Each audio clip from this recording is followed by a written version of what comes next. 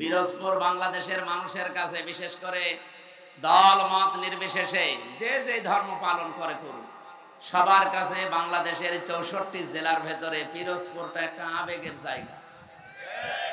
এটা আমার কাছে। আমি এই 3টা বছর কারাগারে আল্লামা সাইদি রহমতুল্লাহ আলাইহি ওনার পাশে ছিলাম। উনি ছিল 1 নম্বরে, আমি 4 নম্বরে, মাঝখানে একটা দেওয়াল ছিল। আল্লাহর বান্দার সাথে মাত্র একবার দেখা করার সুযোগ দিয়েছিল জালেমরা, তাও 10 মিনিট। আমাকে বলেছিল, হামজা যদি বাইরে যেতে পারো, আমি তো আর যেতে পারবো কিনা জানি না, যদি যেতে পারো চট্টগ্রাম আর খুলনা বিভাগের মানুষদেরকে বলবা কোরআনের কথা বলতে কোনোদিন আমি পিছপা হইনি। তোমাকেও আমি বললাম কোনোদিন কোরআনের কথা যেভাবে জানো ওইভাবে বলবা, পিছপা হবা। আমার মাঝে মাঝে মনে হয় আল্লাহর এই ওলির মাথা হাত আমার মাথায় এখনো লেগে আছে।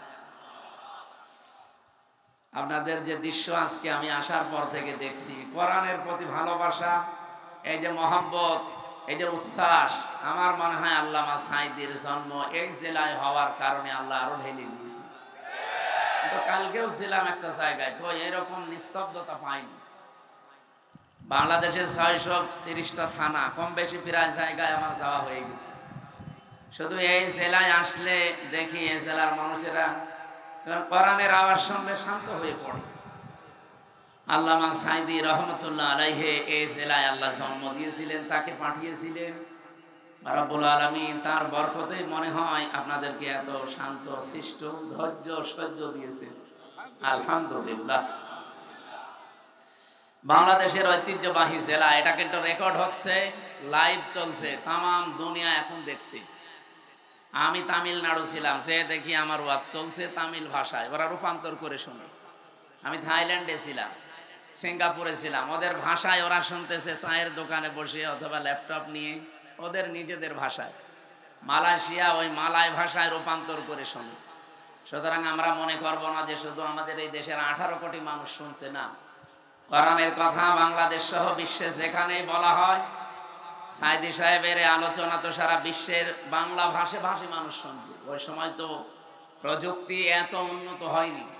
এখন আমি এখানে বাংলায় বলছি, তাতে কি হয়েছে, বিশ্বের যে যেই ভাষায় কথা বলে 4500 ভাষা আছে।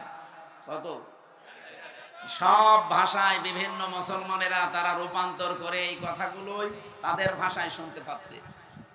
আর এই যে বাংলাদেশের ঐতিহ্যবাহী জেলা পিরোজপুর মঠবাড়িয়া ইসলামী পাঠাগার ও সমাজ কল্যাণ পরিষদের উদ্যোগে এই শব্দটা তামাম দুনিয়া আজকে জেনে ফেলেছে।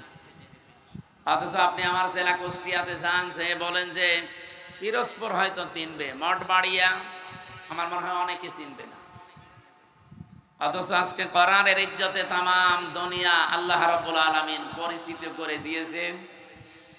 শহীদ মোস্তফা খেলার মাঠ মঠবাড়িয়া পিরোজপুর, মহাবিশ্বের মহাবিশ্বয় আমাদের মালিকের মুখের পবিত্র বাণী কোরআনে কারীম।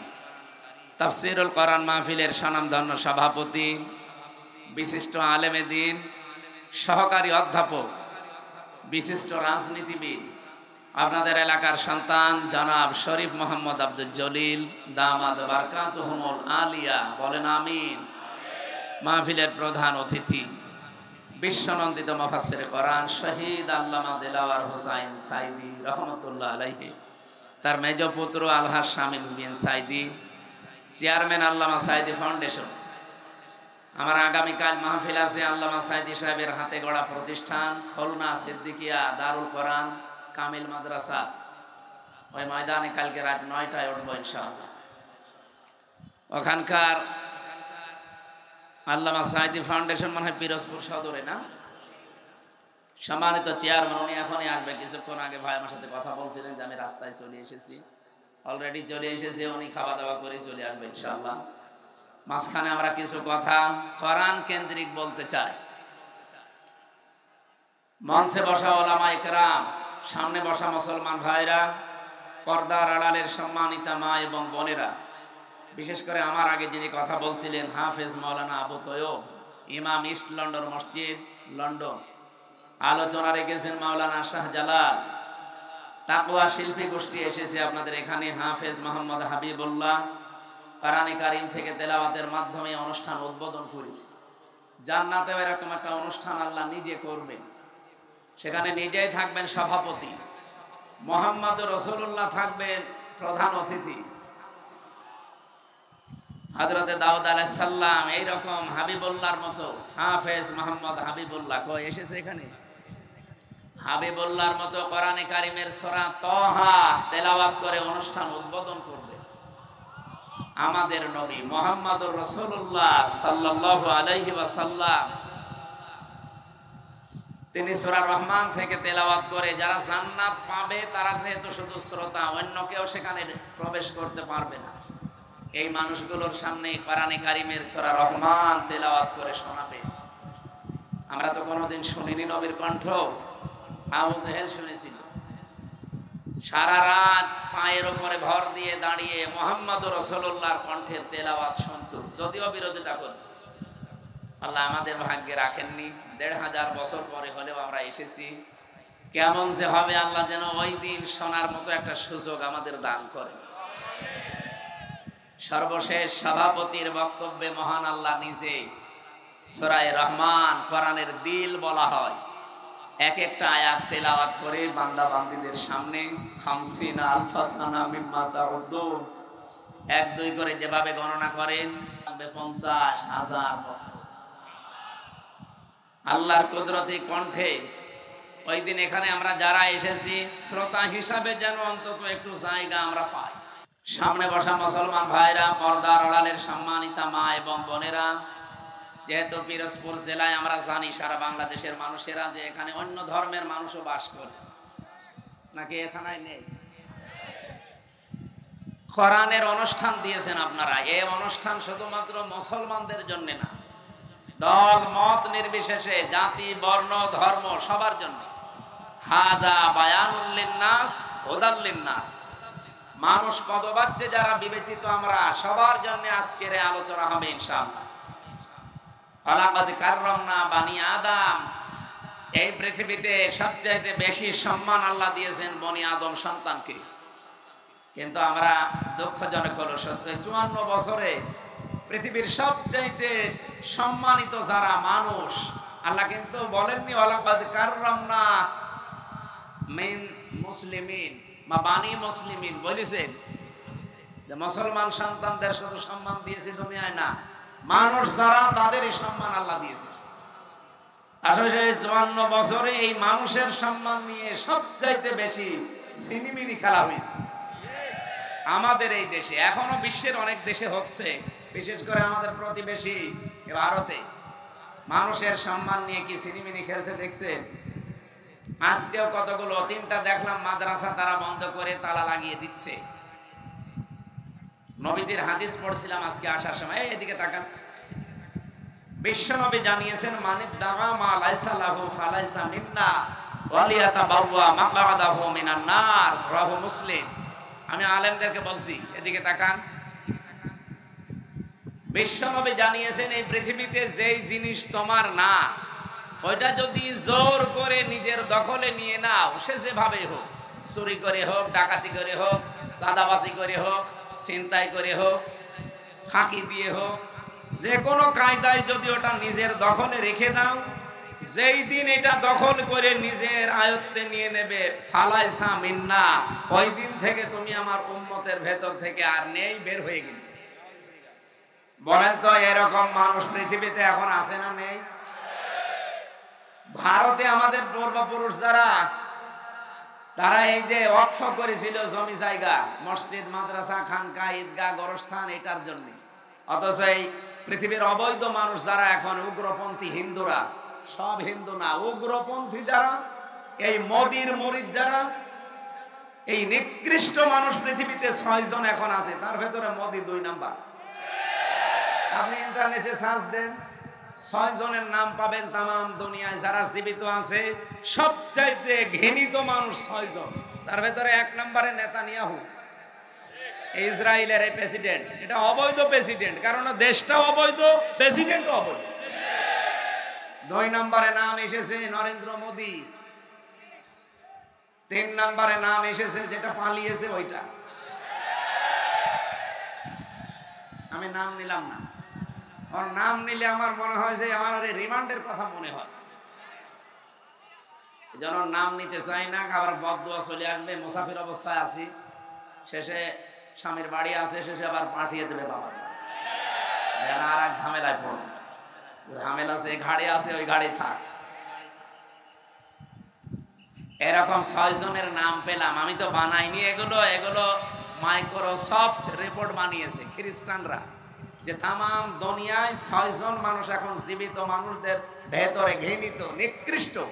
শুধু আমরা না, তাম দুনিয়া তাদের ঘৃণা করে। এই জন্য দেখেছেন না, তাম দুনিয়া কেউ নিতে তাকে রাজি না। নিরাপদ একটা জায়গা পেয়েছে, স্বামীর বাড়ি বলে চালিয়ে দিয়েছে। না, এটা মিথ্যা কথা। যতই আপনি চালিয়ে দেন যে আমাদের স্বামী স্ত্রীর সম্পর্ক, এটা তো সম্ভব না। কারণ দাদা তো ফুল হাতা আর আমরা হাফ হাতা। আমরা হাফ হাতা না? হ্যাঁ, দাদার এখন এই বয়সে যদি মুসলমানি দেওয়া লাগে, আপনি হাসাম পাবেন কোথায়? এরকম বুড়ো হাসাম লাগবে। আর বুড়ো মানুষের হাতে ছুরি দিয়ে আপনি মুসলমানি দেবেন, দেখা যাচ্ছে আগা কাটতেছে, গোড়া কেটে ফেলেছে। দাদা জীবনের মতো মুসলমানের স্বাদ মিটে যাবে। ও যে মুসলমান হবে না, এই জন্যই তো এত অত্যাচার করছে। কারণ মানুষ যখন সীমা ছাড়িয়ে যায়, তখন তার কপালে আল্লাহ হেদায়েত বলে আর কিছু রাখে না। ইন্নামা নুমলি লাহুম লিয়াজদাদু ইসমা ওয়া লাহুম আযাবুম মুহিন। সূরা আল ইমরানের ভেতরে আছে, 4 নাম্বার পারা 12 নাম্বার পৃষ্ঠা 9 নাম্বার লাইনে আছে। আল্লাহ তাআলা বলেন, কোন মানুষ যখন পাপ করতে করতে সীমা লঙ্ঘন করে আর সীমা থাকে না, তখন তার জন্য অপমানজনক শাস্তি আমি রেডি করি। আজ পাকিস্তান যেভাবে তাদের অস্ত্রগুলো তাক করেছে, আমার মনে হয় ভারত ইনশাল্লাহ সামনে স্বাধীন হবে। এই জন্য ভারতবাসী যারা আছেন, আপনাদেরকে আহ্বান জানাচ্ছি এই ছোট্ট জায়গা থেকে, এই মাতাল লোকটাকে আপনারা থামান। এই নরেন্দ্র মোদী একটা মাতাল, এই গরুর মদ খাওয়া লোক। এই শয়তানরা যদি আপনারা না থামান না, শেষে দেখবেন মুসলিম বিশ্বের 57টা দেশ এক হয়ে গেলে মানচিত্র থেকে পৃথিবী থেকে হারিয়ে যাবে। আর সেইটাই এখন কিন্তু সামনে আসতেছে। আমরা চাই এই লোকটা যেন থামে এবং পৃথিবীর মানুষেরা যেন একটু শান্তিতে থাকে। যেহেতু মানুষের সম্মান নিয়ে সিনেমিনে খেলছে, মুসলমানদের ওয়াকফ করার সম্পদগুলো এখন অবৈধ আইন বানিয়ে সেগুলো আপনারা নিজেদের দখলে নিয়ে নিচ্ছেন। ও জিনিস কি আপনাদের? ওগুলো আমাদের বাপ দাদা মুসলিমদের। এই কথা বলেন না কেন?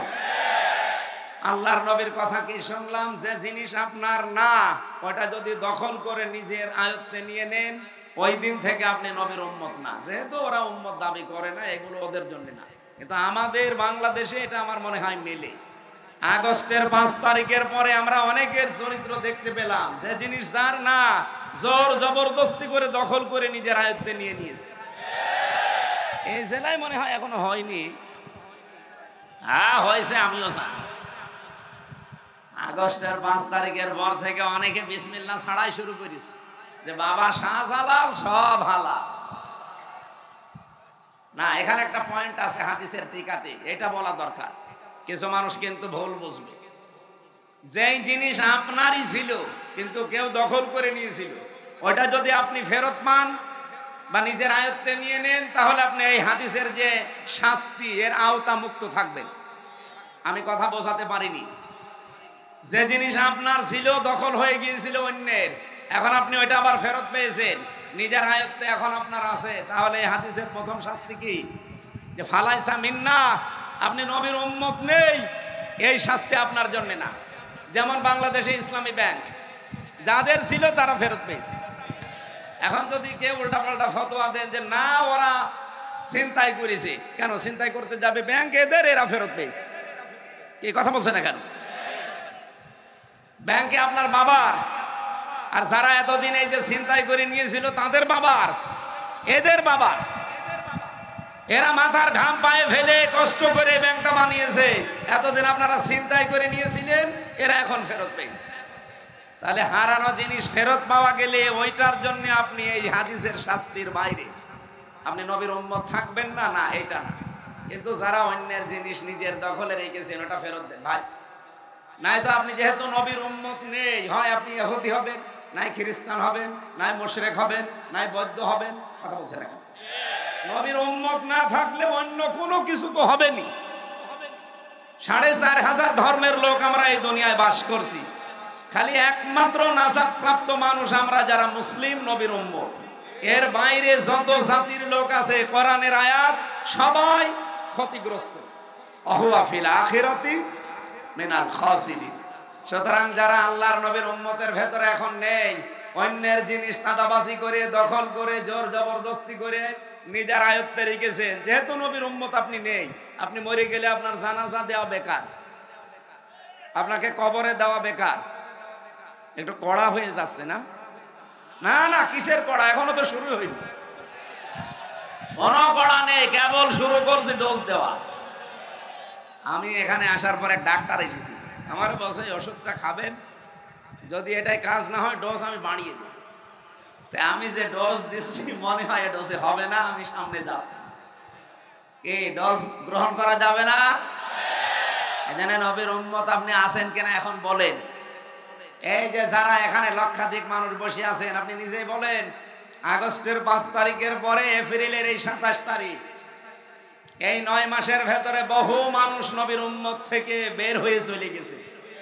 অথচ তারা নামাজ পড়ে, রোজা রাখে, এমনকি হজও করে এসেছে। নবীর উম্মত না থাকলে তার হজ হয়, তার নামাজ হয়, তার রোজা হয়েছে। এই জন্য হাতে পায়ে ধরে বলছি, ভাই যারা নিয়েছেন তারা এই কাল সকাল বেলায় তাদের বাড়িতে ফেরত দিয়ে আসবেন, যে ভাই যেভাবে হোক নিয়েছিলাম, এটা আমার না, এই যে ফেরত দিয়ে গেল। যারা যারা রাজি আছেন এই কাজ করতে হাত তোলেন তো। এই কাঠটা মেরি খেয়েছে, এদিকে আসে। আহা রে, এটা তো ঠিক হয়নি, রেকর্ড হচ্ছে না। আপনি আন্দাজে হাত তুলতে গেলি, এই ক্যামেরা ওইদিকে মারার দরকার নেই। না, আমরা তো আশা করেছিলাম যে অন্তত এই ছেলেটা একটু বাঁচ আছে, আপনারা দেখি পিরাই লোকে হাত তুলছে, কাঠটা মেরে খেয়েছে, ফেরত দিয়ে দেবেন। ভাই যে দলের লোকই আপনি হন, যে জিনিস আপনার না, যদি আপনি জোর করে নিজের দখলে নিয়ে রাখেন, কালকে ফেরত দিয়ে দেবেন, নয়তো আপনার নামাজ, রোজা, এই হজ, যাকাত সব মাঠে মারা যাচ্ছে। কারণ আপনি নবীর উম্মতই নেই। আপনি মরে গেলে যে আমি বিসমিল্লাহি ওয়া আলা মিল্লাতি রাসূলিল্লাহ বলবো, পুরা মিথ্যা। কারণ আল্লাহর নামে, রসুলের নামে, রসুলের আদর্শে তুলে দিলে আপনি রসুলের আদর্শেই নেই। 2 নাম্বারটা আরো কঠিন। নবীজি বলেন সে যেন টিকিট কেটে জাহান্নামে নিজের একটা আসন বরাদ্দ করে নিল। আমি তো এই চর্ম চোখে দেখতে পাচ্ছি বাংলাদেশে এরকম বহু মানুষ অলরেডি জাহান্নামে টিকিট কেটে বসে আছে। যারা মানুষের জমি দখল করে নিয়েছেন, দোকান দখল করেছেন, এই বাজারেও কত দোকান দখল হয়ে গেছে, নামে বেনামে। নাকি বেশি বললাম? ওই আপনারটা মনে হয় নিয়েছে, ঠিক ঠিক বলছেন 2 বার। যাদেরটাই হয়েছে এরকম, আল্লাহর কসম আমরা ফেরত দিয়ে দেব। সে যদি জামাত ইসলামের লোক হয়, বিএনপির লোক হয়, চরমনাইয়ের লোক হয়, যে দলই করেন না কেন, আপনি নবীর উম্মত আর নেই, আপনি আগে ফেরত দিয়ে দেন। হ্যাঁ, ওটা যদি আপনারই থাকে, এতদিন ওরা দখল করে নিয়েছিল, ওটা আপনি ফেরত পেয়েছেন, এটা অসুবিধা নেই। এরকম যদি কেউ করে থাকেন, বাবা শাহজালাল আপনার জন্য হালাল আছে। এই কথা বুঝতেছেন? আমি যে কথাটা বলতে চাই, এই হাদিসটা নিয়ে আসলাম। পৃথিবীর এই নিকৃষ্ট মানুষদের তালিকায় যাদের নাম, এই মানুষগুলো দেখেন মানবতার সবচাইতে বড় শত্রু এরা। এবং এই মানুষগুলোর জন্য এখন পৃথিবী অশান্ত হয়ে উঠতেছে। অলরেডি ইন্ডিয়াতে এই মোদি পৃথিবীর নিকৃষ্ট সন্ত্রাসী, জঙ্গি ও দাঙ্গা বাঁধিয়ে দিয়েছে। আমি গতকালকে দেখলাম 2 জন দাড়িওয়ালা মুসলমানকে মাটিতে ফেলে জবাই করছে, উগ্রপন্থী কিছু হিন্দুরা। এই পৃথিবীর যত অপকর্মের মূল হোতা হয় ইহুদিরা, না এই উগ্রপন্থী হিন্দুরা। আপনি দেখেন যত অপকর্ম আছে, আমি এই যে আমার মোবাইলে প্রায় 70টা নোট করেছি, তাম দুনিয়া মিলিয়ে। ওই সেই হিটলার থেকে শুরু হয়েছে। কত ছিল কি মুসলমান, কি ছিল খ্রিস্টান, এখান থেকে শুরু হয়ে আজকের এই দিন পর্যন্ত যা চলছে অপকর্মে, এর মূলে হচ্ছে হয় ইহুদিরা, নাই হিন্দু মুশরিক যারা, উগ্রপন্থী যারা, তারা সব হিন্দু না। এই জন্য অন্যান্য যারা হিন্দু ভাইরা আছেন, এই লোকটাকে আমার মনে হয় থামানো দরকার, নাই তো পৃথিবী বসবাসের অযোগ্য হয়ে যাবে সামনে। ও যা আরম্ভ করেছে, তাম পৃথিবী কিন্তু আবার যুদ্ধ লেগে গেল বলি। একটা মানুষের মন মতো চলতে গিয়ে আমরা দুনিয়াতে অশান্ত হয়ে যাব কোন কারণে? হয় ওকে মেরে ফেলে, নাই থামান। এক কথা বলেন না কেন? কারণ এরকম অভিশপ্ত মানুষের দুনিয়ায় থাকার দরকার নেই। ভালোই তো চলছে পৃথিবী, মাঝে মাঝে এই শয়তান খালি অশান্ত করে দেয়। এখানে এই শয়তান আছে, আর ওদিকে ইসরায়েলে ওই শয়তান আছে। তাদের পেছনে শুধু কলকাঠি নাড়ে আর একটা জাতি আছে, আমি নাম দিচ্ছি পরে। আজকের তেলাওয়াত কিন্তু আয়াতে কিছু গুরুত্বপূর্ণ তথ্য আছে, বাস্তবের সাথে মিলিয়ে আমরা এই কথাগুলো শুনতে চাই, বলতে চাই ইনশাআল্লাহ। যেহেতু কোরআন সবার জন্য উন্মুক্ত, এটাকে শুধু মুসলমানদের বলেন বলেন আল্লাহ রাব্বুল আলামিন বলেন হাযা বায়ানুল লিন-নাসি ওয়া হুদাও ওয়া মাউইযাতুল লিল মুত্তাকিন। সূরা আলে ইমরানের 138 নম্বর আয়াতে আছে, 4 নম্বর পারার 6 নম্বর পৃষ্ঠা 13 নম্বর লাইনে আছে, না 12 নম্বর লাইনে আল্লাহ পাক বলেন, হে পৃথিবীর মানুষেরা, এ কোরআন আমি নাযিল করেছি জীবিত মানুষদের জন্য বায়ান হিসাবে। তাহলে কোরআন শরীফ মরা মানুষের জন্য না, জীবিত মানুষের জন্য। কিন্তু দুঃখজনক হলেও সত্য, এই 15.5 বছরের দিকে তাকান, জীবিত মানুষদেরকে কোরআন শোনানো, কোরআন বোঝানো বড় কঠিন হয়ে দাঁড়িয়েছিল। জেল থেকে বের হওয়ার পরে আমার মাহফিল ছিল এই মঠবাড়িয়ায়, আমি চলেও এসেছিলাম, কিন্তু শয়তানরা আমারে ঢুকতে দেয়নি। আমি কি এসেছিলাম আমার বাবার কাহিনী শোনাতে, কোরআনের কথা শোনার জন্য, বোঝার জন্য এসেছিলাম জীবিত মানুষদের সামনে। সে কুষ্টিয়া থেকে আমি অলরেডি খুলনা পার হয়ে গেছি। হঠাৎ করে আমারে বলছে আপনিও পালান, আমরাও পালাচ্ছি। পুলিশ এসে আগেই ঘিরে ফেলেছে। পুলিশ যদিও আজকেও এসেছে, ওই যে পুলিশ, আজকে আর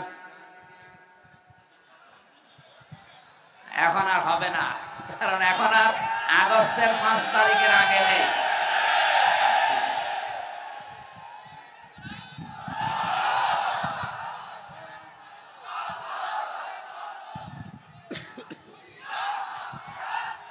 ঠিক আছে ভাই, এ দেশ আর আগস্টের 5 তারিখের আগে আছে। এখন এপ্রিলের 27 তারিখ। ওপেন ঘোষণা দিচ্ছি, বাংলাদেশের 56,000 বর্গ মাইলের 1 ইঞ্চি জায়গায় কোরআনের ওপেন কথা বলতে যদি কেউ বাধা দেয়, সেদিন সাতক্ষীরা একজন বাধা দিয়েছে, আমার সামনে কোনো শয়তান পড়ে না। যদি কোনো জায়গায় পায় না, একেবারে জায়গায় কবর দিয়ে দেব, তাও বিসমিল্লাহি ওয়া আলা মিল্লাতি রাসূলিল্লাহ ছাড়া কোনো ছাড় নেই। আর কারণ ওর জন্য বিসমিল্লাহ পড়েও লাভ নেই, আলা মিল্লাতি রাসূলিল্লাহ পড়েও লাভ নেই। ওই এমনিও জাহান্নামে যাবে। কোরআন বিরোধী যারা, জাহান্নামী তারা। এ ফতোয়া কে দিয়েছে? সুতরাং কেউ বাধা দেওয়ার সাহস করবেন না। অন্য স্যারে দিয়েছেন, আমার সামনে এখনো পর্যন্ত পড়েনি, বিশেষ করে আগস্টের 5 তারিখের পর থেকে। এর আগে পড়েছিল কিছু শয়তান, আমি তখন কিছু বলি না। এখন যদি পড়েন, আমি একেবারে আল্লাহু আকবার বলে ওই ওদের সে পাঁঠা সবাই করে যেভাবে, ওরা তো আল্লাহু আকবার বলে না। আশা করছি এই দুঃসাহস কেউ দেখাবেন না। আপনি নিজের কপালে নিজে আগুন লাগাচ্ছেন, আর মানুষের ভেতরে বিভ্রান্ত ছড়াচ্ছেন। সাতক্ষীরার যে চেয়ারম্যান নামে কলঙ্ক, এই কোলাঙ্গার এই লোকটা কয়েকদিন আগেও প্রশাসনের লোক তাকে বাটপার বলে গালি দিয়েছে। অথচ কোরআনের মাহফিলে যে আলেমকে অপমান করে, আমি কেন যে ওই দিন থাকলাম না। আমার 1 তারিখে আছে সাতক্ষীরায়, দেখি ওই আল্লাহর ওলি পড়ে কিনা। যদি পড়ে, ওরে আমি লবণ ছাড়া চিনি ফেলা। শয়তান। আমার ভাইরা, জীবিত মানুষদেরকে কোরআন শোনাতে বলেছেন কে? আরো জোরে বলেন। কেন?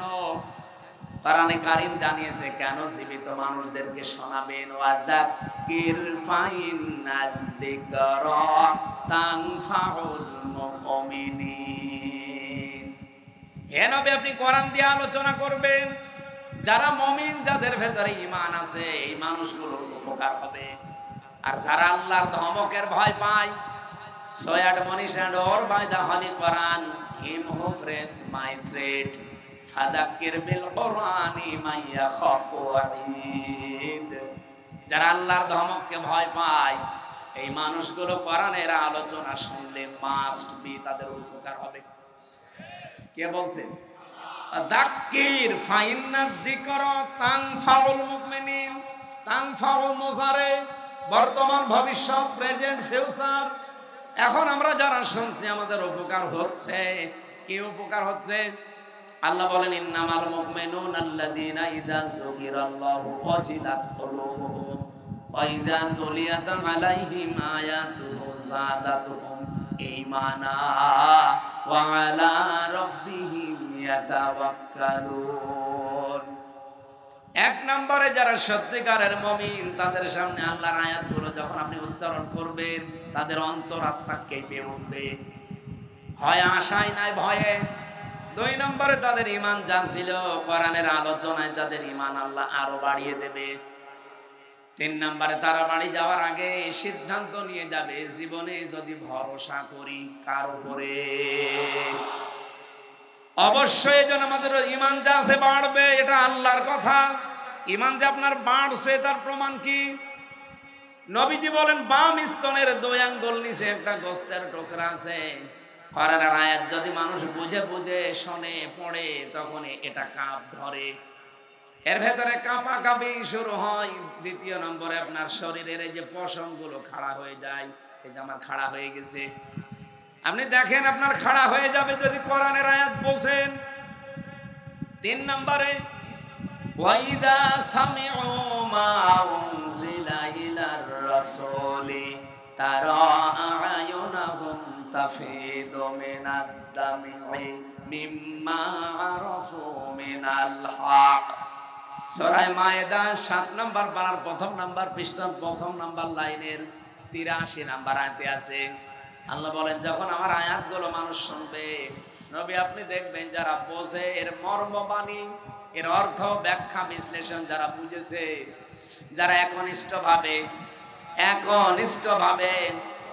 মন দিয়ে যারা আমার কালামের কথাগুলো বোঝার চেষ্টায় আছে, ওই মানুষগুলোর চোখের দিকে তাকিয়ে দেখবেন মনের অশান্তি তারা কাঁদতেছে। কখন তাদের চোখে পানি এসে গেছে ওরা নিজেও টের পাবে না। এই জন্য আপনি যদি মন থেকে শোনেন এই উপকারগুলো মাস্ট বি সামনে হবে। আর আমার কয়েকটা আরম্ভ হয়েই গেছে।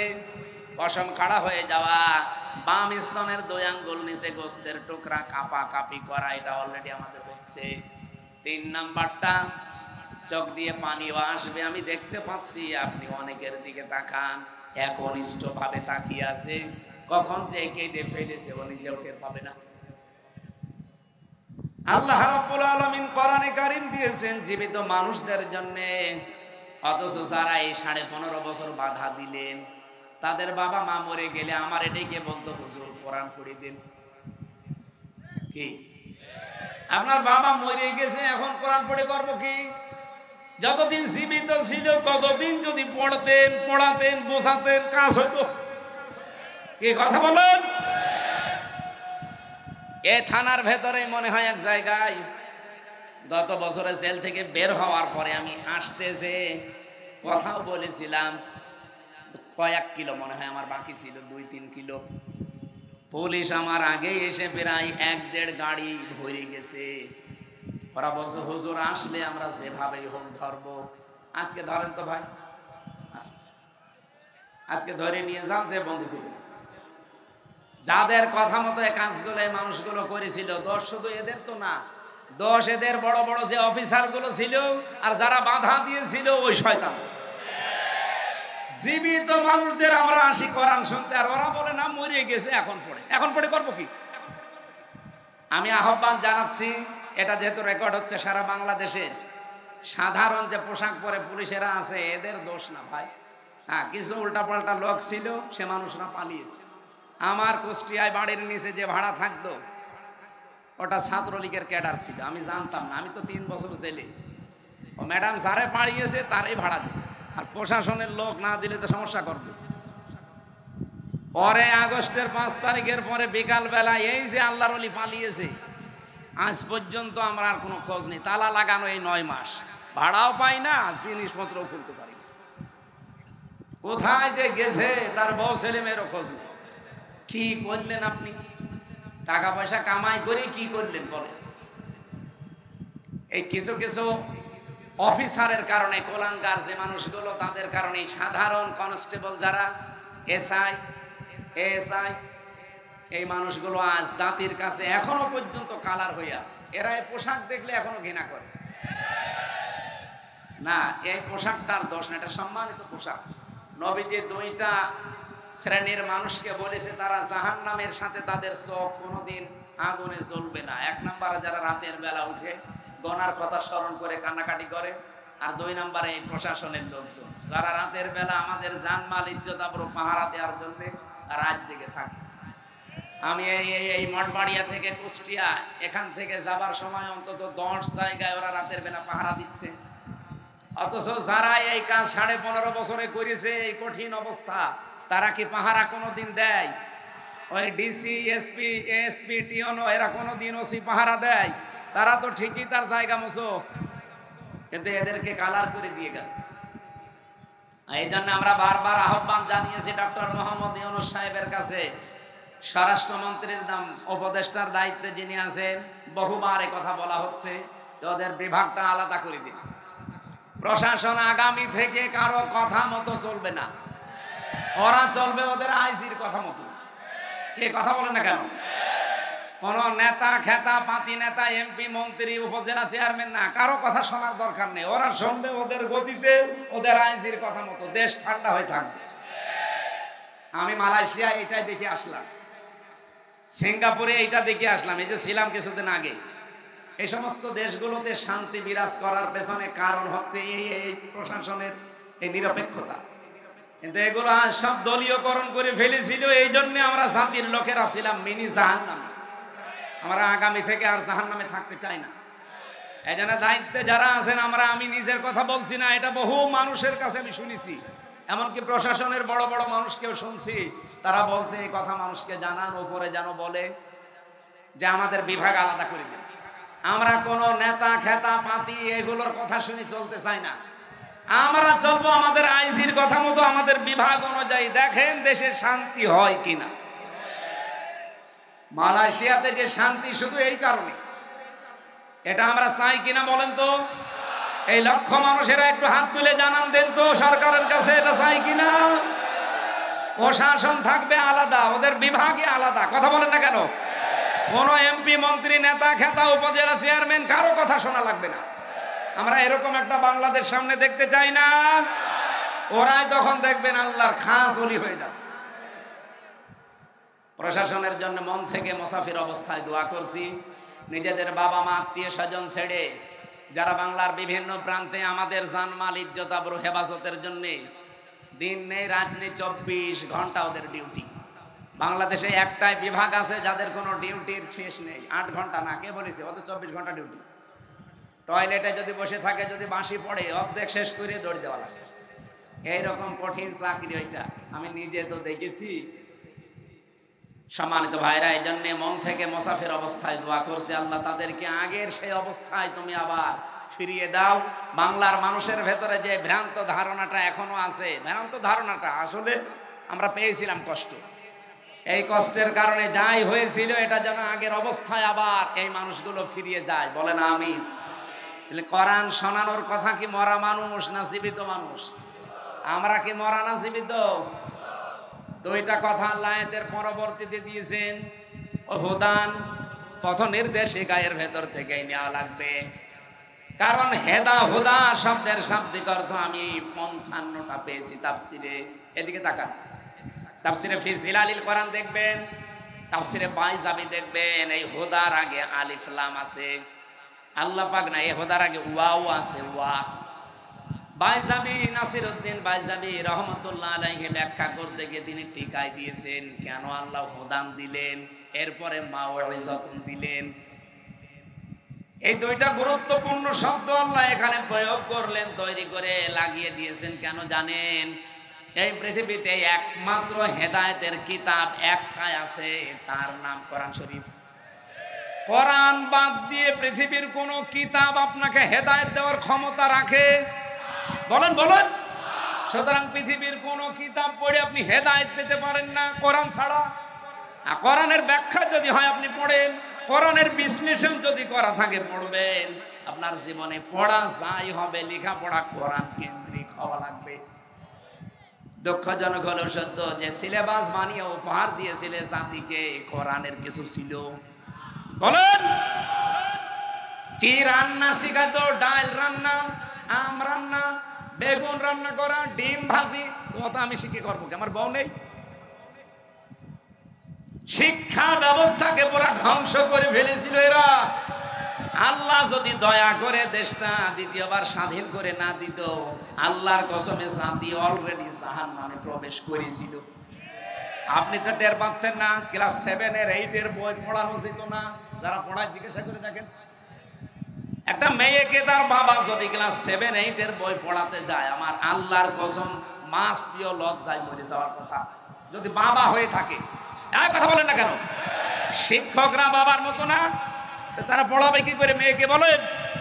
এই জায়গায় পৌঁছিয়েছিল সমকামিতার নাম দিয়ে, শরীফ শরীফার নাম দিয়ে এমন জায়গায় জাতিকে নেওয়ার চেষ্টা চালাচ্ছিল ভারতের প্রেসক্রিপশন অনুযায়ী, আপনি ভাবতেও পারেননি। একটা লোক সকালে বলছে আমি শরীফ, বিকালে বলছে আমি শরীফা। এটা আজকে ব্রাহ্মণবাড়িয়া এক জেলায় দেখছিলাম একটু আগে আসার সময়, যে 2 মেয়ে তারা বিয়ে করেছে। আরে ভাই, আপনারা নিজেরাই যদি বিয়ে করেন, তা আমরা কি ঘাস কাটছি?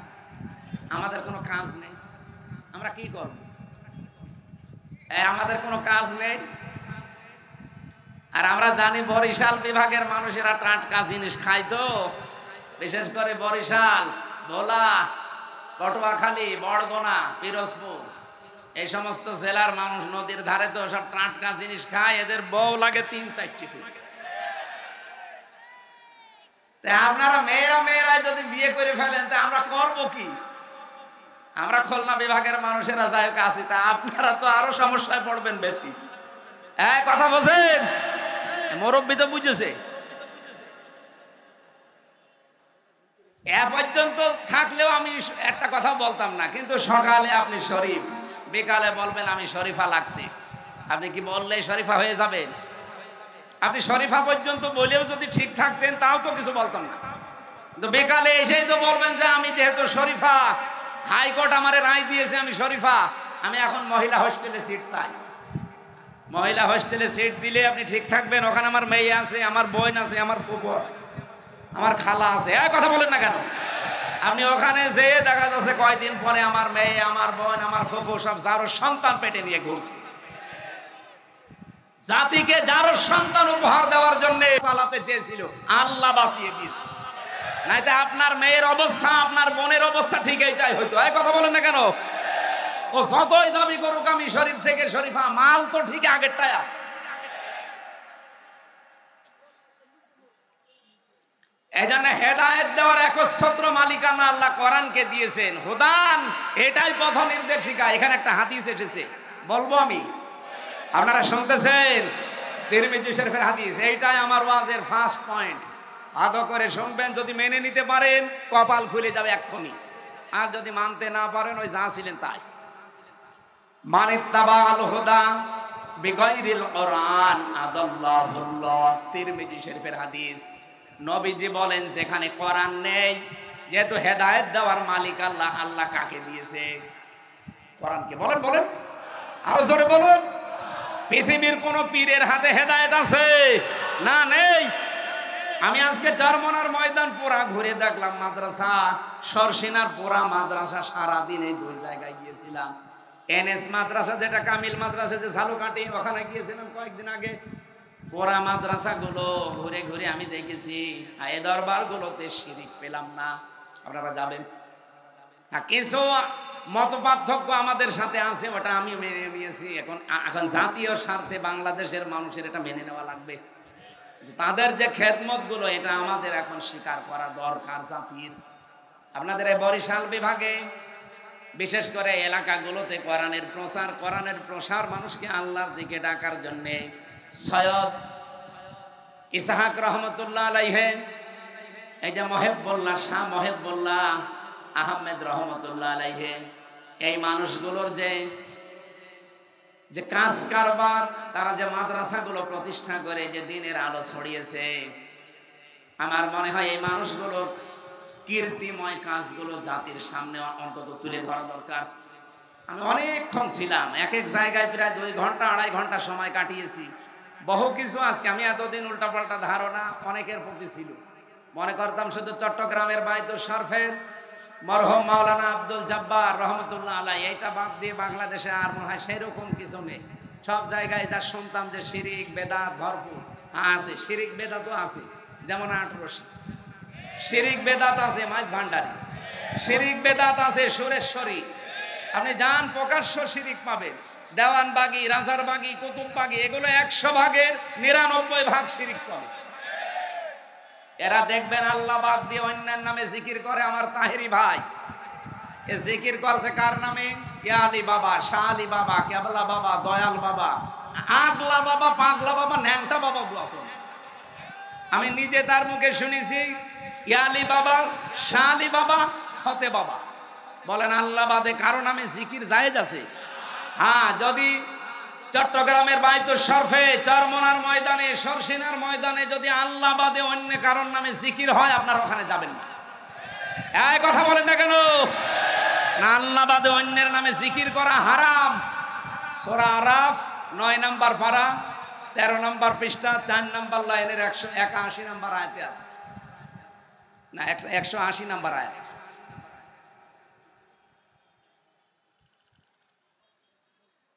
ওয়ালাকাদ যারানা লি জাহান্নামা কাসীরাম মিনাল জিন্নি ওয়াল ইনসি, আয়াতের পরের আয়াত কি? আয়াতের পরের আয়াত কি?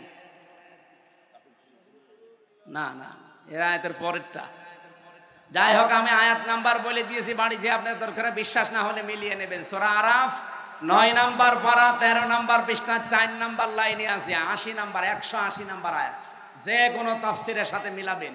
আল্লাহ বাদে অন্যের নাতে কেউ যদি মিলিয়েও ডাকে, কেউ যদি আল্লাহর নামকে এলহাদ করে, এলহাদ মানে পাল্টিয়ে ফেলা, এই যে আল্লাহর নাম ওরা পাল্টিয়ে ইয়া আলী বাবা, শাহ আলী বাবা, কেল্লা বাবা, ফতে বাবা, আল্লাহর নাম আছে একটা? কোথায় আপনি পেলেন এগুলো? এই জন্য আমি যে সমস্ত দরবারগুলো নিজে দেখে আসলাম, আপনারা দরকার হয় বড় বড় আলেম যারা আছেন দেশে যাবেন দেখতে। যদি দেখেন যে শিরিক বেদাত এখানেও আছে, ওখানে মানুষকে যেতে নিষেধ করবে। যেহেতু এই সমস্ত জায়গার নিয়মগুলো দেখে আসলাম, এরা জিকির আল্লাহর নামেই করছে, এরা দরুদ রাসূলুল্লাহর নামেই পড়ছে। কিন্তু কিছু মানুষ যেখানে শিরিক আর বেদাত প্রকাশ্যে, যেখানে আল্লাহর নামই পুরো পাল্টিয়ে ফেলেছে, এমনকি আল্লাহর নামই বাদ দিয়ে দিয়েছে, এই জায়গায় গেলে আপনার ঈমান থাকবে না যাবে? আমি অন্তত থাকতে আপনার ঈমান চলে যাবে, আর আমি বসে বসে ঘাস কাটবো। 55 বছর পর্যন্ত আল্লামা সাইদি রহমতুল্লাহ আলাইহি এই কথাগুলো জাতিকে জানাতে চেয়েছি যে আপনারা শিরিক করবেন না নামের ভেতরে, আল্লাহর নামে। রাসূলুল্লাহকে তুলতে তুলতে এমন উপরে তুলে ফেলে, আল্লাহর উপরে সম্মান দিয়ে দেয় না। স্থান ঠিক রাখা লাগবে। 1 নম্বরে কে? 2 নম্বরে রাসূলুল্লাহ, 3 নম্বরে মা বাবা। বলেন বলেন, আপনি সিরিয়াল ঠিক না রেখে একবারে মা বাবাকে আল্লাহর উপরে তুলে দেবেন, আপনি ইমান থাকবে? আমার ভাইরা, এবার আমি হাদিসের যে ব্যাখ্যা বলার জন্য এই হাদিসটা পড়লাম। শব্দ ছিল আদাল্লাহুল্লাহ।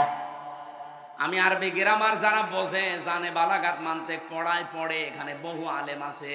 আপনি একটু বাড়িতে যে ওনাদের আলাদা জিজ্ঞাসা করেন তো, শব্দ নবীজি যদি বলতেন দল্লা ইয়াদিল্লু, তাও বাংলা অর্থ হয়ে যেত। কিন্তু বাংলা অর্থ আসতো সোলাসি মোজাররদ থেকে আসলে যে আপনি নিজেই নিজেকে খারাপ বানিয়ে ফেলেছেন। কিন্তু আদাল্লা ইউদিল্লু বাবে ইফআল থেকে এসেছে শব্দটা। এর খাসিয়াত আছে 9টা। বাবে ইফআল থেকে যদি কোনো শব্দ আসে, তখন বাংলা অর্থ দাঁড়ায় আপনি হয়তো ভালো হওয়ার নিয়তে কোনো জায়গায় গিয়েছিলেন, কিন্তু কোরআন সেখানে ছিল না, কোরআনের কর্মসূচি ছিল না। এই জন্য আল্লাহ নিজে দায়িত্ব নিয়ে আপনাকে আরো গোমরা বানিয়ে দেবে। পিরোজপুরবাসী, এবার একটা সত্যি কথা বলেন তো, যেই দরবারে কোরআন চলে না, কোরআনের নিয়ম নীতি চলে না, ওই দরবারে যদি আপনি ভালো হওয়ার নিয়তেও যান, আপনাকে খারাপ বানিয়ে দেবে কে?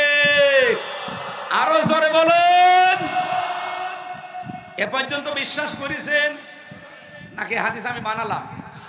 আরেকটু নিচে যাব, কয়েকজন বলছে, হ্যাঁ বলেন না কেন? বাংলাদেশে ৭৩টার উপরে এখন রাজনৈতিক দল। কে কি মনে করবেন, খুশি হবেন, রাজি হবেন, দুঃখ পাবেন, আমি ওইদিকে তাকাই না। কোরআন হাদিস সামনে আসলে আমি চোখ বন্ধ করে বলি কে রাজি হবে, কে দুঃখ পাবে, আমার দেখার দরকার নেই।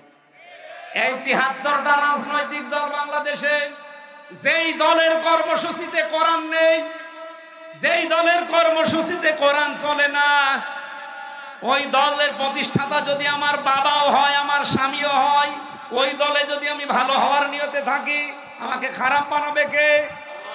সুতরাং ওই রকম দলে আমি আজকে থেকে আর আছি। কারা কারা নেই হাত তোলেন তো। আন্দাজে হাত তুলবেন না, দেখেন তো হাত তোলেনি কে, দেখেন। আলহামদুলিল্লাহ, ওয়াজ হয়ে গেছে। আর ওয়াজ করা লাগবে? আর কি ওয়াজ আছে? যেই দলে কোরআন নেই, যেই দলের কর্মসূচিতে কোরআন চলে না, ওই দলের প্রতিষ্ঠাতা আমার বাবা হোক, আমার স্বামী হোক, আমি আর নেই। তাহলে এই দেশে কি আর কোন দল থাকার কথা? বলেন। আল্লাহ আমাদেরকে হেদায়েত দান করুন। লিল্লাহি তাকবীর।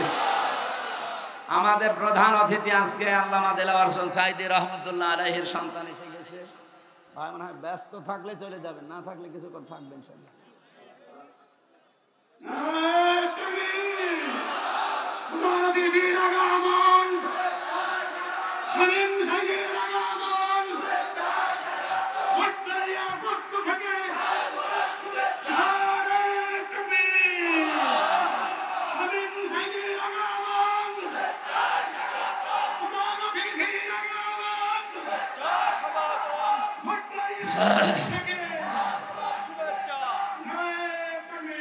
সুবহানাল্লাহ আলহামদুলিল্লাহ লা ইলাহা।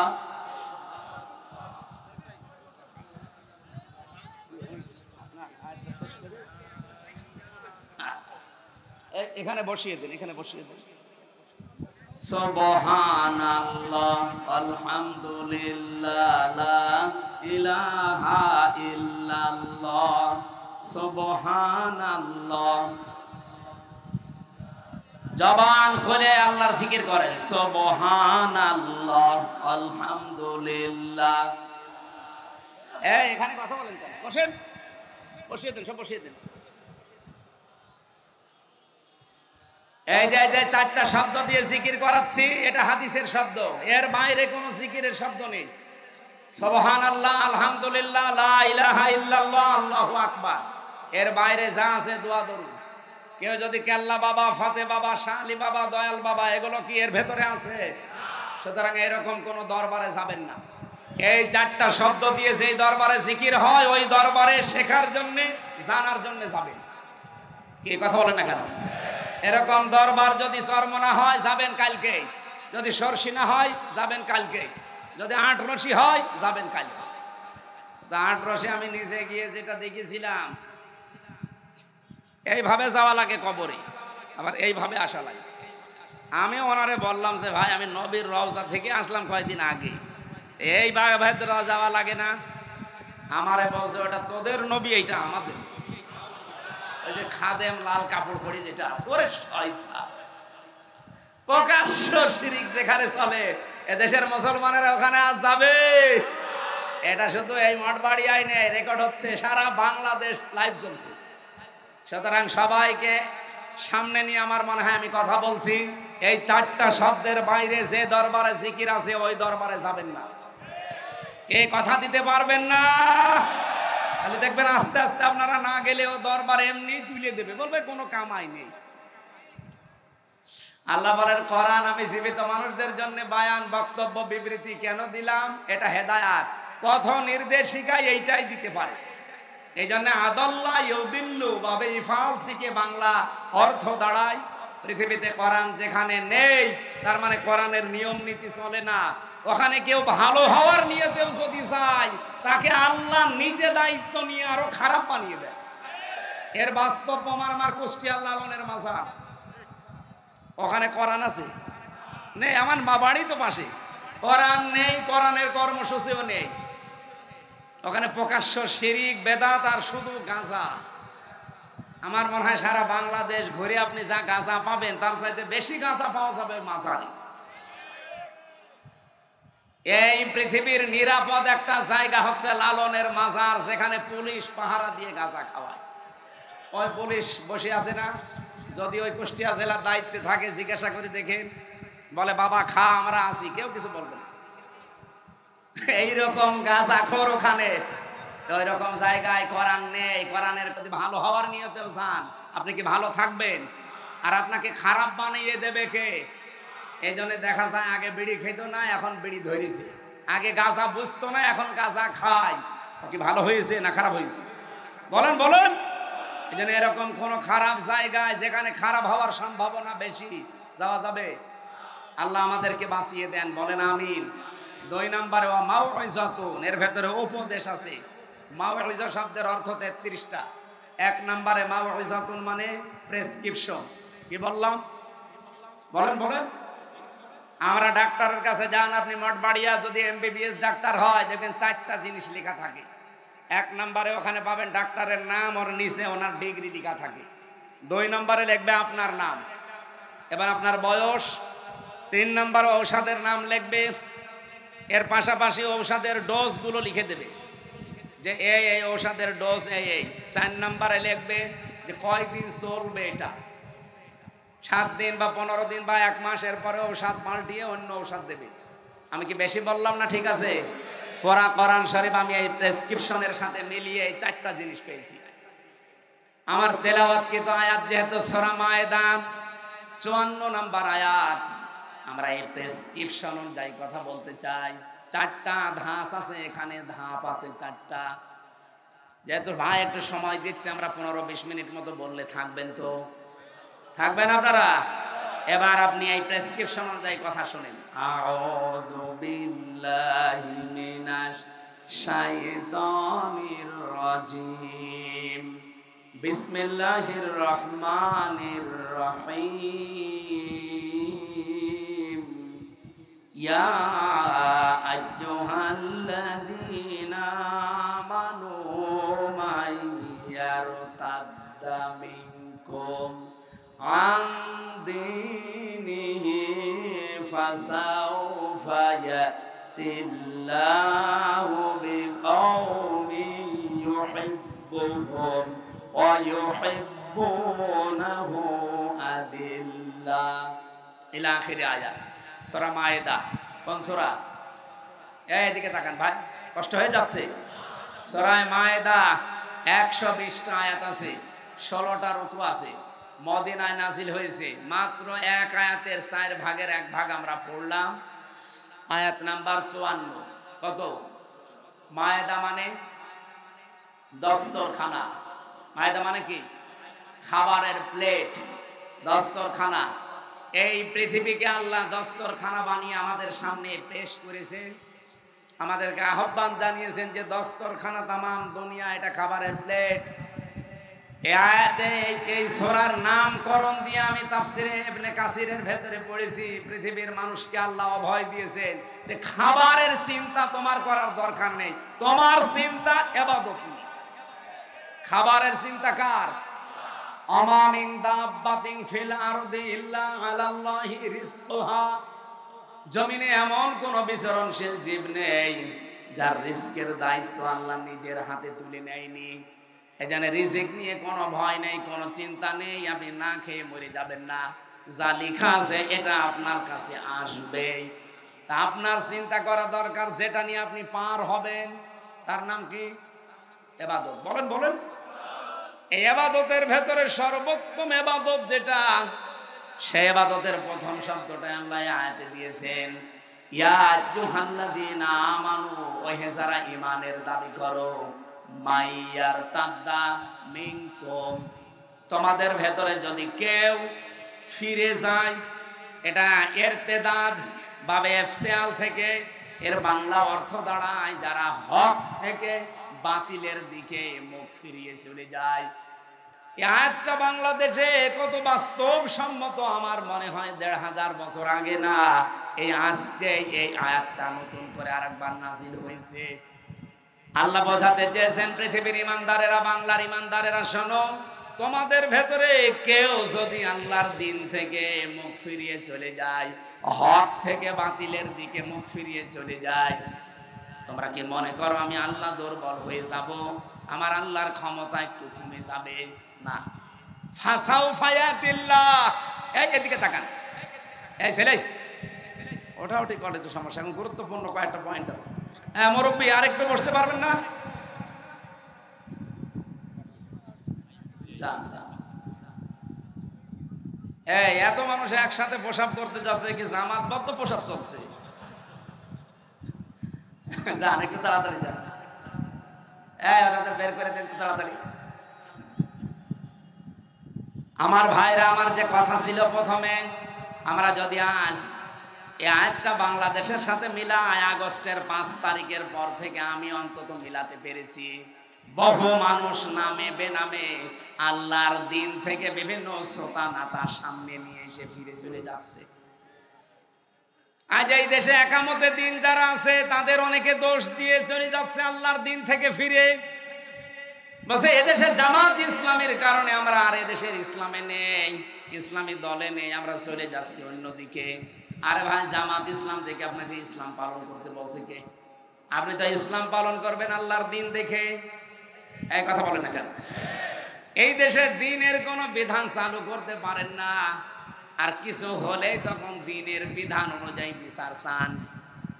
আপনি চলবেন, চলাফেরা করবেন বাংলার ময়দানে, বাংলার ময়দানে চলাফেরা করতে যে আপনার স্টাইল হবে আমেরিকার মতো, ব্রিটেনের মতো, আর ধর্ষিতা হলে তখন আপনি বিচার চাবেন আফগানিস্তানের মতো। এটা পাগলামি না? আপনি চলছেন বাংলার এই জমিনে বাংলাদেশের মতো, চলাফেরা আপনার আমেরিকার স্টাইলে, ধর্ষিতা হলে তখন আপনি বিচার চাবেন সৌদি আরব অথবা আফগানিস্তানের স্টাইলে। এ পাগলামি করা বাদ দেন। আগে আফগানিস্তানের মতো, সৌদি আরবের মতো কোরআনের এই নিয়ম নীতিগুলো এখানে কায়েম করেন, এরপরে দেখেন যে না করে আপনি টিকে থাকতে পারেন কিনা।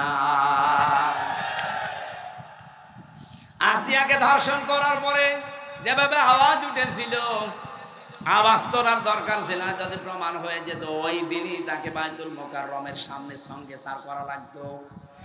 আমার নিজের জীবনে আমি জেলখানায় যাওয়ার আগে 20 সালে একবার ফতোয়া দিয়েছিলাম। আমার কুষ্টিয়ায় গ্রামের বাড়িতে হালসা জেনা করেছিল, তার স্বামী থাকে বাইরের দেশে। এই মহিলা পাশের বাড়ির একজনের সাথে জেনা করে ধরা পড়েছে একেবারে সরাসরি। গ্রামের লোকজন বলছে হুজুর ফতোয়া দেন, যেহেতু প্রমাণ আছে, সব 4টা সাক্ষী আছে, প্রমাণ দিলাম কি? 4 জন দেখেছেন? বলছে হ্যাঁ, আমরা একেবারে সব হাতে নাতে ধরেছি, যেভাবে আপনি কোরআন হাদিসের কথা বলেন ওইভাবেই পেয়েছি। আমি বললাম কোরআনে সূরা নূরের নির্দেশ হচ্ছে তাদেরকে মাটির ভেতরে বুক পর্যন্ত গেড়ে দিয়ে, পাথর দিয়ে, ইট দিয়ে মেরে সঙ্গে সার করে বিদায় করে দেন। এখন গ্রামবাসীকে যদি বলতাম এটা করেন, তাহলে ওরা যদি আমার কথা অনুযায়ী রায়টা এভাবে কার্যকর করতো, ও সঙ্গে স্যার ওই মহিলা হওয়ার আগে আমি হয়ে যেতাম। মহিলা সঙ্গে স্যার হয়তো সকালে সকালে যদি 10টায় হয়তো আমি সকাল 7টায় হয়ে যেতাম। ওই পুলিশ আমার ধরে নিয়ে যেত। যা হুজুর, এ দেশে ফতোয়া দেবেন দেন, এ দেশে কোরআনের আইন চলে, দিনের বিধান এই দেশে চলে। আপনি ফতোয়া দিয়েছেন, এ পর্যন্ত থাকতো, কার্যকর করতে গেলেন কেন? ওই মহিলাকে পরে আগে আপনার সঙ্গে সার করিনি। এটা করত কিনা বলেন? যদি বিশ্বাস না হয় যে পুলিশের জিজ্ঞাসা করেন, ওইটাই করত, কারণ এই দেশে তো নেই। কিন্তু এই দেশে যদি আফগানিস্তানের মতো কোরআনের এই আইনটা জারি থাকতো, আর সাক্ষ্য প্রমাণে যদি ধরা পড়ে যেত, বলেন তো আমার এই রায় দেওয়ার সঙ্গে সঙ্গে কার্যকর হলে আমি সঙ্গে সার হতাম? গ্রামের লোক কিছু মানুষ না বুঝে এখনো আমার উপরে রাগ করে যে আপনি খালি ফতোয়াই দিয়ে গেলেন, কিছু করতে পারলেন না। করবো কি করে? আমার পেছনে কোনো ব্যাকআপ আছে, কোনো শক্তি আছে, কোনো পাওয়ার আছে? ওই পাওয়ারটাই হাতে নেওয়ার জন্যই তো আমরা চেষ্টায় আছি যে জেনা করে আসিয়ার ধর্ষিতা যদি আর না বাঁচে, সারা বাংলাদেশে আর কেউ আসিয়ার মতো মেয়েদের দিকে চোখ তুলে তাকাবে না। এই জন্যই তো চাচ্ছে বাংলাদেশের সামনে ৩০০ এমপি, ১৫১ জন শামীম সাঈদের মতো মানুষ যদি কোরআন বুকে নিয়ে সংসদের সামনে যেতে পারে, আল্লাহর কসম সংসদের প্রথম অধিবেশনে উনি বলবে, মাননীয় স্পিকার, আমরা নামাজের বিল চাই, আমরা যাকাতের বিল চাই, আমরা ধর্ষণের বিল চাই। এক কথা বলছেন না? উনি যদি বলে হাত তোলেন, শামীম সাঈদীর মতো ১৫১ জন যদি হাত তুলতে পারে, ওই দিনই নামাজের বিল কায়েম হয়ে যাবে, ওই দিনই যাকাতের বিল কায়েম হয়ে যাবে, ওই দিনই ধর্ষণের আইন কায়েম হয়ে যাবে। ওর পর দিন থেকে 18 কোটি মানুষ নামাজ পড়বে। আপনি ভোট দিয়েছিলেন আব্দুল আজিজকে মাত্র একটা, আব্দুল জলিলকে মাত্র একটা, শামীম সাঈদীকে মাত্র একটা। ওনারা যদি কোরআন বুকে নিয়ে সত্যি সামনে যেতে পারে, ১৫১ জন মানুষ যদি সত্যি এই দেশে তৈরি হয়ে যায়, যতগুলো ইসলামের বিধান আছে এগুলো সব ওনারা একটা একটা করে বিল পাস করাবে। আপনি শুধু একটা ভোট দিয়েছেন, তাতে কি 18 কোটি মানুষ নামাজ পড়লে যে সওয়াব হয়, ওই রকম সওয়াব প্রতিদিন পাবে। আমি যদি মিথ্যা বলে থাকি, সূরা নিসা এই লক্ষ্য রওশনের সাথে মতো হয়ে গেল, তাড়াতাড়ি করে।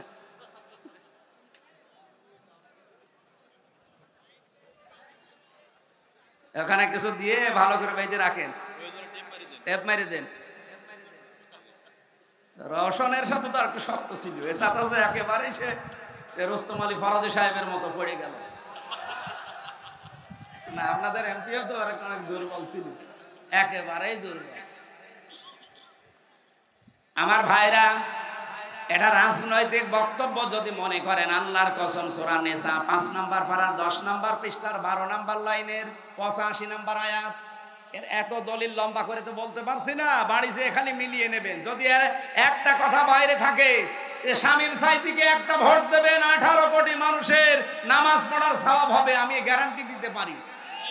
উনি এমপি হওয়ার পরে, আব্দুল জলিল এমপি হওয়ার পরে প্রথম দিন সংসদের অধিবেশনে নামাজের বিল আনতে বাধ্য, কারণ প্রতিশ্রুতিবদ্ধ ওনারা আল্লাহর কাছে, আল্লাযীনা ইম্মাক্কান্নাহুম ফিল আরদি আকামুস সালাত। যদি আমার এরকম বান্দাদের যারা ঈমান আছে যদি ক্ষমতা দেই, প্রথমেই নামাজের বিল আনবে। দুইজনই আছে, জিজ্ঞাসা করে দেখেন, এনারা যদি নামাজের বিল প্রথম দিন না আনে, জীবনও ভোট দেবেন না। যারা নামাজের বিলের পক্ষে না, যারা বলে শরিয়া আইনে আমরা বিশ্বাস করি না, তাদেরকে আপনি ভোট দেবেন, নামাজের বিল না, মদের বিল পাস করবেন। আসিয়ার ধর্ষিতার জীবনও ফাঁসি না, কয়দিন পরে ছেড়ে দেবে। এই যে একটা একটা করে সব ছেড়ে দিচ্ছি। অথচ পৃথিবীর, আমার মনে হয় বাংলাদেশ না, পৃথিবীর যত মাজলুম মানুষ আছে তার ভেতরে অন্যতম মাজলুম একজন মানুষ আজহারুল ইসলাম। কথা বলেন না কেন? এটিএম আজহারুল ইসলাম একজন মাজলুম মানুষ, বিনা কারণে আজ 13 বছর জেলে পড়ে আছে।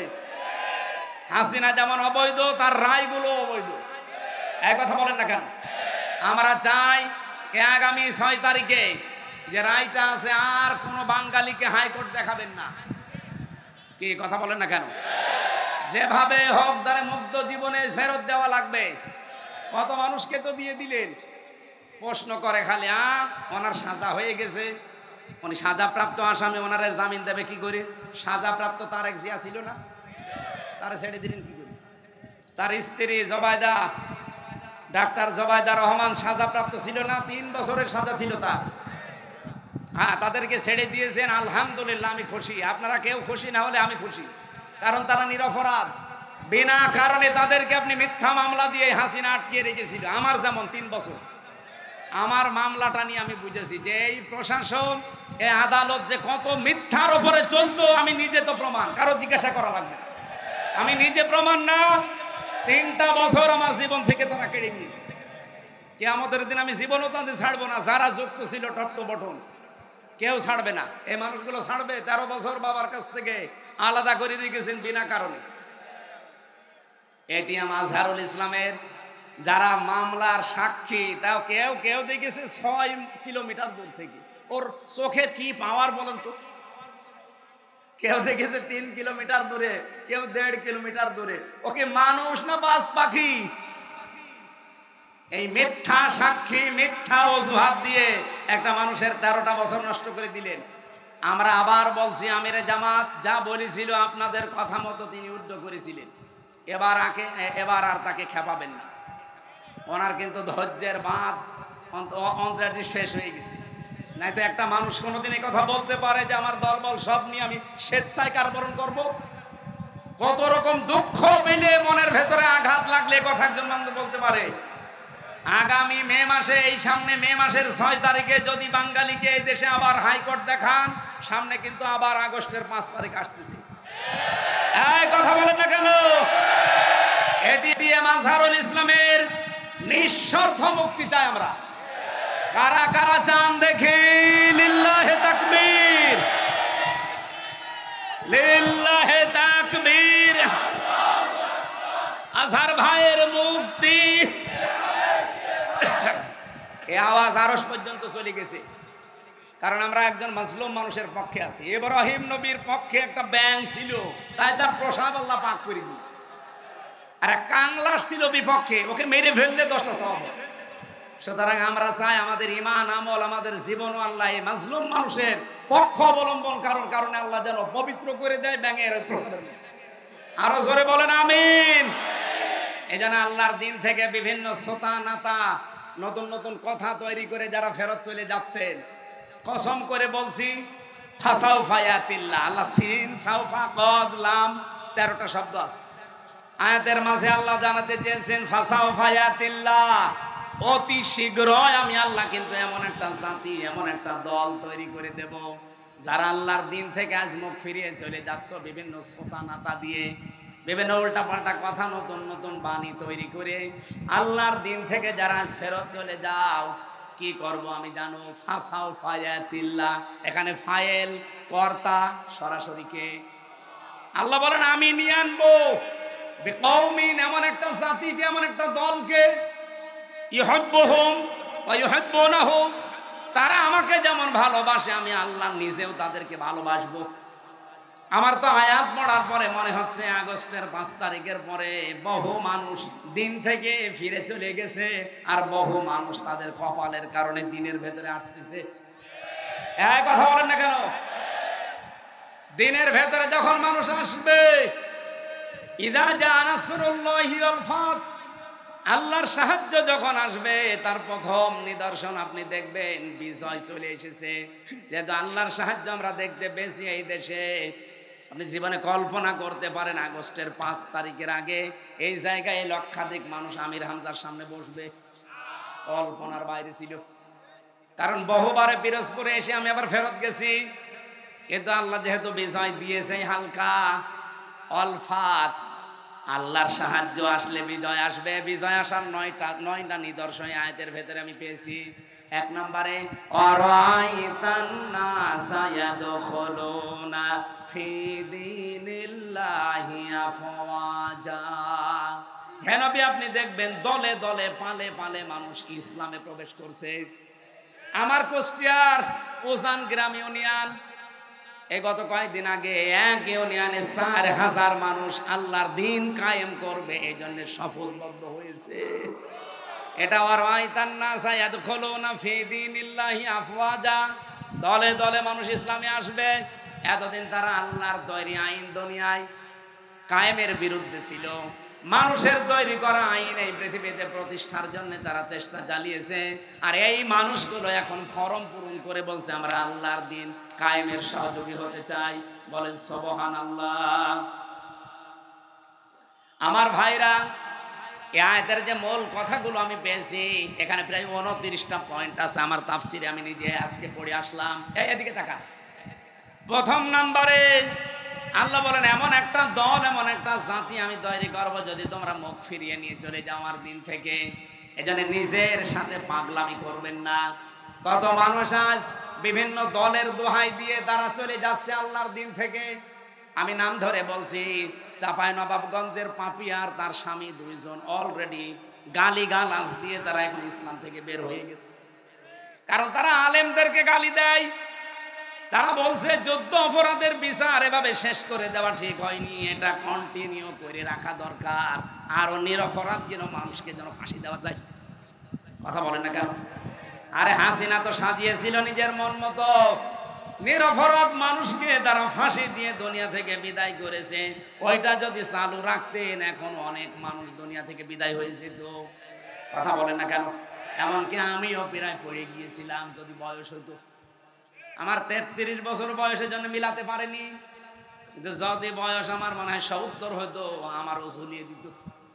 তারপরেও আল্লামা সাইদি বিদায় নেওয়ার পর ভেতর থেকে আল্লামা মামুনুল হক, আমির হামজা, আমি নিজে আমরা মনে করেছিলাম এবার মনে হয় আমাদের পালা। কারণ ভেতরে যে অবস্থা, ওখানে মেরে ফেললেও কোনো অসুবিধা নেই, বলবে যে চিকিৎসাধীন অবস্থায় মরে গেছে। আল্লামা সাইদির নামে যেমন চালিয়ে দিল যে চিকিৎসাধীন অবস্থায় মরে গেছে। কে বলেছে আপনাকে? ইনজেকশন দিয়ে দিয়েছে। কথা বলেন না কেন? তার এই হত্যার তদন্ত এবং বিচার আপনারা চান না? যারা যারা জড়িত ছিল প্রত্যেকের বিচার হওয়া লাগবে।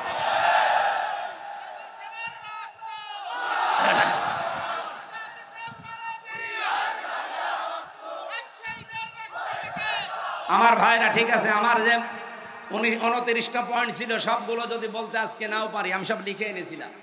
আমি গুরুত্বপূর্ণটা বলছি।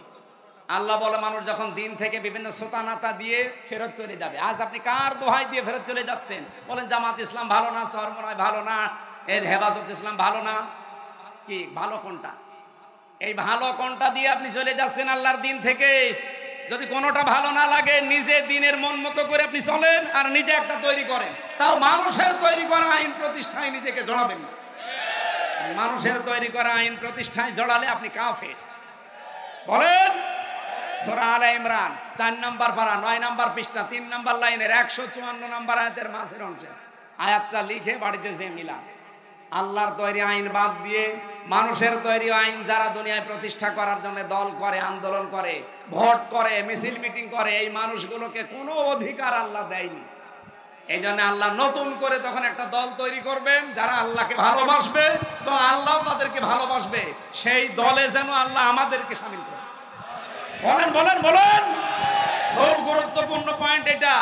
আজ যারা ফিরে যাচ্ছেন আল্লাহর দিন থেকে, আল্লাহর কোনো অসুবিধা নেই, আল্লাহ অতি শীঘ্র একটা দল তৈরি করে দেবে। আর আমার মনে হয় বাংলাদেশে সেরকম একটা দল আল্লাহ তৈরি করে দিয়েছে। যারা আল্লাহকে ভালোবাসে জীবন দিয়ে, তারাও আল্লাহকে ভালোবাসে। এবং এই মানুষগুলোর কয়েকটা গুণ আল্লাহ দিয়েছেন। কি গুণ? আজিল্লাতিন আলাল মুমিনিন আইজ্জাতিন আলাল কাফিরিন। তারা মুমিনদের উপরে হবে দয়ার্ধ। আপনি বাস্তবে বাংলাদেশে মিলান, আল্লাহর কসম, যারা আল্লাহ মনোনীত করলেন যাদেরকে দিন কায়েমের জন্য, দেখেন তাদের ভেতর ভালোবাসা। এই শামীম ভাইয়ের সাথে আমার রক্তের সম্পর্ক আছে, আত্মীয়তার সম্পর্ক আছে। কোথায় পিরোজপুর বাড়ি, কোথায় আমার বাড়ি কুষ্টিয়া, অথচ আমার নিজের আপন ভাইয়ের চাইতে ওনার ভালোবাসি শুধু দিনের কারণে। এই কথা বলেন না কেন? চট্টগ্রামের শাহজাহান চৌধুরী, ওনারে ভালোবাসি আমি শুধু দিনের কারণে। তাছাড়া জীবনে ওনার সাথে আমার রক্তের সম্পর্ক না, কোনো কিছু আত্মীয় না।